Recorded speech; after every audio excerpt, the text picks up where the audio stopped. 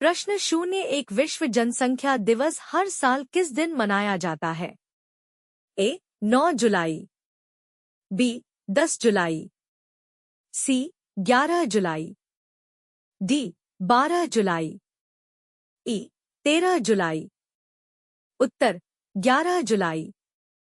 स्पष्टीकरण: विश्व जनसंख्या दिवस हर वर्ष 11 जुलाई को मनाया जाने वाला कार्यक्रम है।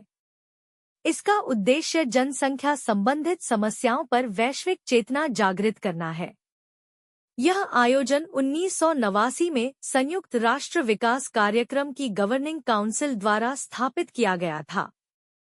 यह 11 जुलाई 1987 को 5 बिलियन दिवस में सार्वजनिक हित से प्रेरित था, जिसकी अनुमानित तारीख जिस पर दुनिया की आबादी 5 अरब लोगों तक पहुंच गई थी। विश्व जनसंख्या दिवस का उद्देश्य विभिन्न जनसंख्या मुद्दों पर लोगों की जागरूकता बढ़ाना है, जैसे कि परिवार नियोजन, लिंग समानता, गरीबी, मातृ स्वास्थ्य और मानव अधिकारों का महत्व। प्रश्न 2। हाल ही में सीमा सुरक्षा बल (बीएसएफ) ने किस बैंक के साथ मिलकर श्रीनगर में बीएसएफ मुख्यालय में पेड़ों के साथ बढ़ो वृक्षारोपण अभियान का आयोजन किया है?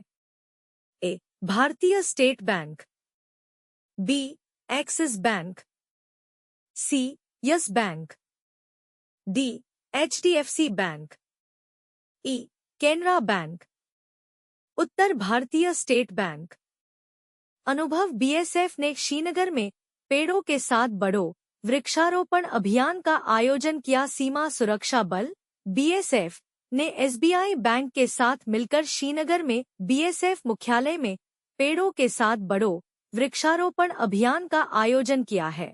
इस पहल से न केवल अधिक टिकाऊ वातावरण बनाने में मदद मिलेगी, बल्कि प्रतिभागियों के बीच समुदाय और टीम वर्क की भावना को भी बढ़ावा मिलेगा।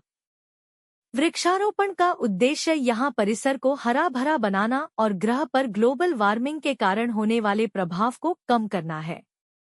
प्रश्न 3। मध्य एशियाई देश 17 जुलाई से रूस और चीन के बिना पहला युद्ध अभ्यास करेंगे। इस अभ्यास का नाम बिरलेस्टिक 2024 है। निम्नलिखित में से कौन सा देश इस अभ्यास की मेजबानी करेगा? A. Uzbekistan, B. Azerbaijan, C. Kyrgyzstan, D. Tajikistan, E. Kazakhstan. उत्तर कजाकिस्तान। स्पष्टीकरण: मध्य एशियाई देश रूस या चीन के बिना पहला युद्ध अभ्यास करेंगे। बिरलेस्टिक 2024 नामक अभ्यास, जिसका कजाख में अर्थ है गठबंधन, कजाकिस्तान द्वारा आयोजित किया जाता है और इसमें 4 अन्य पूर्व सोवियत देश शामिल हैं। कैस्पियन सागर में होने वाला यह अभ्यास 17 जुलाई तक चलेगा, जिसमें युद्धपोतों, विमानन, तोपखाने और टैंकों के साथ लगभग 4000 सैनिक शामिल होंगे। इसमें भाग लेने वाले देश कजाकिस्तान, किर्गिस्तान, उज़्बेकिस्तान और ताजिकिस्तान हैं, जबकि तुर्कमेनिस्तान विशेष रूप से अनुपस्थित है। इसके अतिरिक्त काकेशस देश अजरबैजान भी इन अभ्यासों में भाग ले रहा है। रूस की अनुपस्थिति, जो वर्तमान में यूक्रेन में संघर्ष में शामिल है, क्षेत्रीय सैन्य गतिशीलता में एक उल्लेखनीय बदलाव को दर्शाती है। अभ्यास आतंकवादियों द्वारा कब्जा किए गए एक द्वीप को मुक्त कराने और समुद्री सुरक्षा सुनिश्चित करने और महत्वपूर्ण बुनियादी ढांचे की रक्षा करने के लिए संचालन करने पर केंद्रित होगा।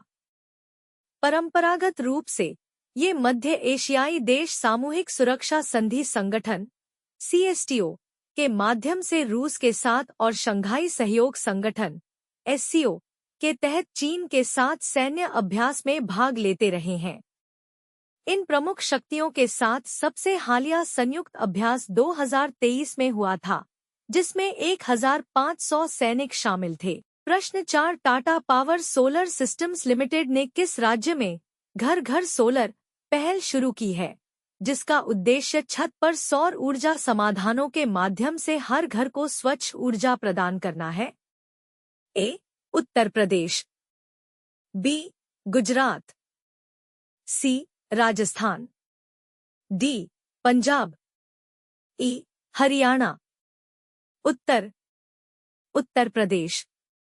स्पष्टीकरण उत्तर प्रदेश में टाटा पावर ने घर घर सोलर पहल शुरू की। Tata power solar systems limited ने उत्तर प्रदेश में घर घर सोलर पहल शुरू की है, जिसका उद्देश्य छत पर सौर ऊर्जा समाधानों के माध्यम से हर घर को स्वच्छ ऊर्जा प्रदान करना है। वाराणसी से शुरू होकर घर घर सोलर टाटा पावर के संग की महत्वाकांक्षी पहल अत्याधुनिक रूफटॉप सोलर सॉल्यूशंस आरटीएस के माध्यम से निवासियों के लिए पर्याप्त वित्तीय बचत और पर्यावरणीय लाभ का वादा करती है। राज्य में उपभोक्ता रूफटॉप सोलर इंस्टॉलेशन पर अधिकतम 1,08,000 रुपए तक की सब्सिडी का लाभ उठा सकते हैं। इसमें केंद्र सरकार शामिल होगी। राज्य सरकार द्वारा 3 किलोवाट तक के लिए 78,000 रुपए और 3 किलोवाट तक के लिए अधिकतम 30,000 रुपए, 15,000 रुपए प्रति किलोवाट की सब्सिडी दी जाएगी, जो केंद्र सरकार की सब्सिडी के अतिरिक्त होगी। प्रश्न 5। राष्ट्रीय क्षय रोग उन्मूलन कार्यक्रम एनटीपी के लिए केंद्रीय स्वास्थ्य एवं परिवार कल्याण मंत्रालय MOHFW में प्रधान सलाहकार के रूप में किसे नियुक्त किया गया है? ए. गुलाम मुस्तफा, बी.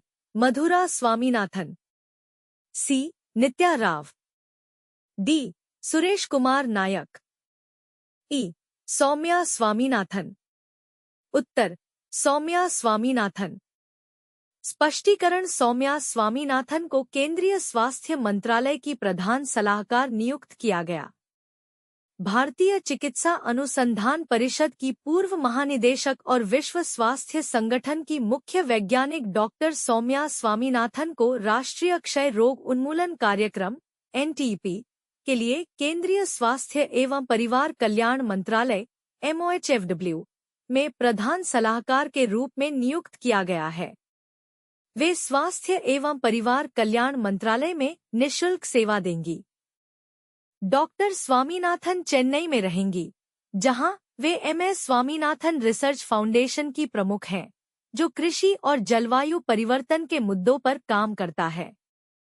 एनटीपी के प्रमुख सलाहकार के रूप में डॉक्टर स्वामीनाथन लक्ष्यों को प्राप्त करने के लिए समग्र रणनीति पर तकनीकी सलाह देंगी, इष्टतम परिणामों के लिए नीति निर्देश और आवश्यक पाठ्यक्रम सुधार सुझाएंगी और अनुसंधान रणनीति पर सलाह देंगी। केंद्र द्वारा जारी भारत टीबी रिपोर्ट के अनुसार भारत में दुनिया के टीबी के बोझ का 25% हिस्सा है और 2024 में भारत में टीबी के 25 लाख से अधिक नए मामले सामने आए।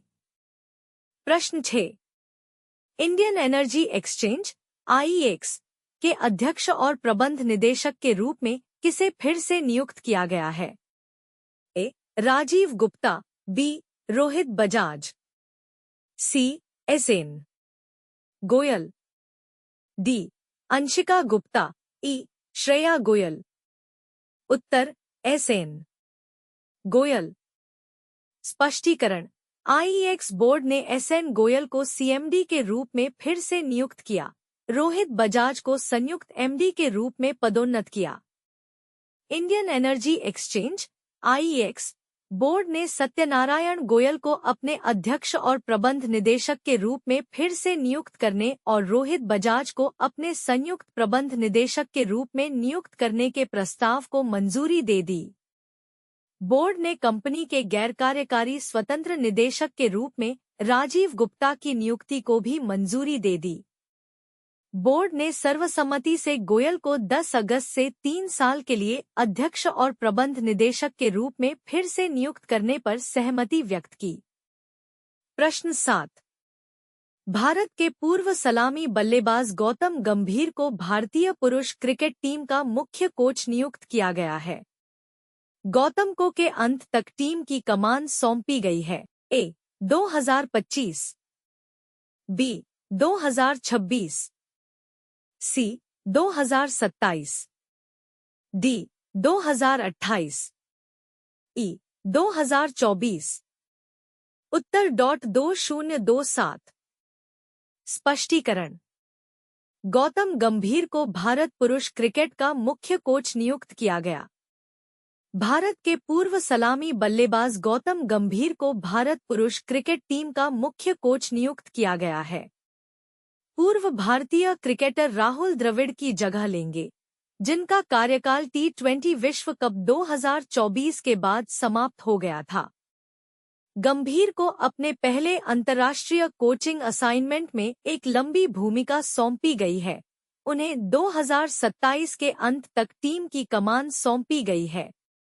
भारत एक भी मैच हारे बिना T20 विश्व कप का खिताब जीतने वाली पहली टीम बन गई है। रोहित शर्मा की अगुवाई वाली टीम ने शानदार क्रिकेट खेला और फाइनल में दक्षिण अफ्रीका को हराकर खिताब अपने नाम किया। प्रश्न 8। प्रधानमंत्री नरेंद्र मोदी को उनकी असाधारण सेवा के लिए किस देश से order of Saint Andrew the apostle the first call पुरस्कार मिला है? ए. France, B. रूस, C. USA, D. Australia, E. Austria. उत्तर रूस। स्पष्टीकरण: पीएम मोदी को असाधारण सेवा के लिए रूस का सर्वोच्च नागरिक सम्मान मिला। प्रधानमंत्री नरेंद्र मोदी ने मॉस्को क्रेमलिन के सेंट कैथरीन हॉल में order of Saint Andrew the apostle the first call पुरस्कार प्राप्त किया है। रूस और भारत के बीच रणनीतिक साझेदारी और मैत्रीपूर्ण संबंधों को बढ़ाने में उनकी महत्वपूर्ण भूमिका के लिए 2019 में पीएम मोदी को यह पुरस्कार दिया गया था। प्रश्न 9। 15वें कृषि नेतृत्व पुरस्कार समिति द्वारा किस राज्य को 2024 के लिए सर्वश्रेष्ठ कृषि राज्य का पुरस्कार मिला है? ए. महाराष्ट्र, बी. तमिलनाडु, सी. पंजाब, डी. उत्तर प्रदेश, ई. तेलंगाना। उत्तर महाराष्ट्र। स्पष्टीकरण: महाराष्ट्र को 2024 के लिए सर्वश्रेष्ठ कृषि राज्य का पुरस्कार मिला। महाराष्ट्र ने 2024 के लिए सर्वश्रेष्ठ कृषि राज्य का पुरस्कार जीता है। यह घोषणा भारत के पूर्व मुख्य न्यायाधीश और केरल के राज्यपाल न्यायमूर्ति पी सदाशिवम की अध्यक्षता वाली 15वीं कृषि नेतृत्व पुरस्कार समिति द्वारा की गई। महाराष्ट्र के मुख्यमंत्री एकनाथ शिंदे ने नई दिल्ली में एक समारोह में यह पुरस्कार प्राप्त किया। महाराष्ट्र को इस पुरस्कार के लिए उसकी अभिनव कृषि और ग्रामीण पहलों के लिए चुना गया है। यह पुरस्कार महाराष्ट्र सरकार की अभिनव नीतियों और उच्च प्रभाव वाली विकासात्मक पहलों को मान्यता देता है, जिसके कारण राज्य में कृषि और ग्रामीण समृद्धि में वृद्धि हुई है। प्रश्न 10। जून 2024 के लिए आईसीसी पुरुष और महिला प्लेयर ऑफ द मंथ जीतने वाले 2 भारतीय खिलाड़ियों का नाम क्या है? ए. हार्दिक पांडे और स्मृति मंधाना, बी. रवींद्र जडेजा और स्मृति मंधाना, सी. जसप्रीत बुमराह और हरलीन देओल, डी. विराट कोहली और जेमिमा रोड्रिग्स, ई. जसप्रीत बुमराह और स्मृति मंधाना। उत्तर जसप्रीत बुमराह और स्मृति मंधाना। स्पष्टीकरण: जसप्रीत बुमराह, स्मृति मंधाना को जून के लिए ICC player of the month चुना गया। अंतर्राष्ट्रीय क्रिकेट परिषद आईसीसी ने जून 2024 के लिए ICC player of the month पुरस्कार के विजेताओं की घोषणा की है, जिसमें भारत के जसप्रीत बुमराह और स्मृति मंधाना दोनों विजेता बने हैं। बुमराह को अमेरिका और वेस्टइंडीज में आईसीसी पुरुष T20 विश्व कप 2024 में भारत के विजय अभियान के बाद प्लेयर ऑफ द टूर्नामेंट का खिताब मिला और इस उपलब्धि के बाद उन्होंने एक और व्यक्तिगत सम्मान हासिल किया। उन्होंने अपना पहला आईसीसी पुरुष प्लेयर ऑफ द मंथ पुरस्कार जीता। मंधाना ने अपने शानदार बल्लेबाजी प्रदर्शन के बाद दक्षिण अफ्रीका पर भारत की एकदिवसीय श्रृंखला की जीत में अपना पहला आईसीसी महिला प्लेयर ऑफ द मंथ पुरस्कार भी जीता। यह दोहरी जीत पहली बार है जब आईसीसी पुरुष और महिला प्लेयर ऑफ द मंथ पुरस्कार 2021 में शुरू होने के बाद से एक ही देश का प्रतिनिधित्व करते हैं।